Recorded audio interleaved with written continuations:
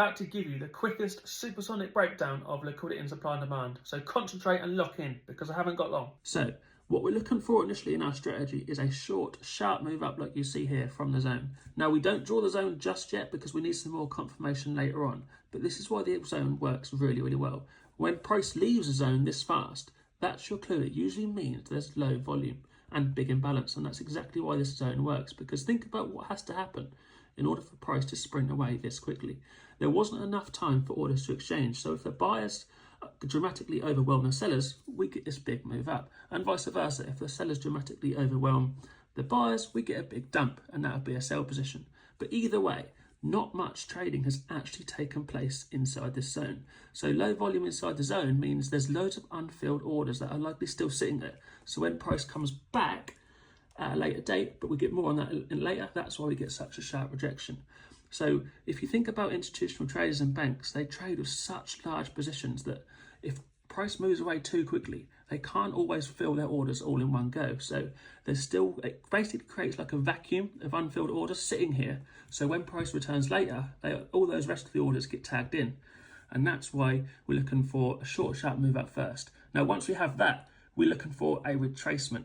Now, the retracement mustn't come down to tap the zone, but it must be within a valid liquidity distance of our zone. And that's part of our rules, but we'll learn more on that later. So once we've had this retracement, it has to be at least 2 candles as well. That then has to take out its own high. So this high here, this then has to take out that in order for it to be valid, because then that is our clue that normal supply and demand traders or normal retail traders are getting in at this level. And that's only going to add to our position later on. So when this position comes down here, it's going to use all these stop losses that would likely be placed below this low here. And that's going to add that, use that for further momentum. And you can see in this case, we actually get double liquidity. So it's actually taken out its own high twice. So we've got a low there and a low here, and both times it's taken out its own high.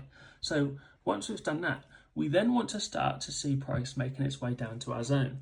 Now, this is the key part. When it comes down to our zone, like I said earlier, there's loads of unfilled orders here from institutions and banks who didn't quite be able to fill all of their positions here. So when price comes to tag these in, that's what creates this really, really strong rejection. And not only that, you've got all the stop losses from your retail traders here. So you've got stop losses here, and maybe some stop losses here where there's been a fake up. Now that's always going to come down. Tag all of those out. That gives the big institutions and banks enough liquidity for them to fill the rest of their positions. And that is where we get in.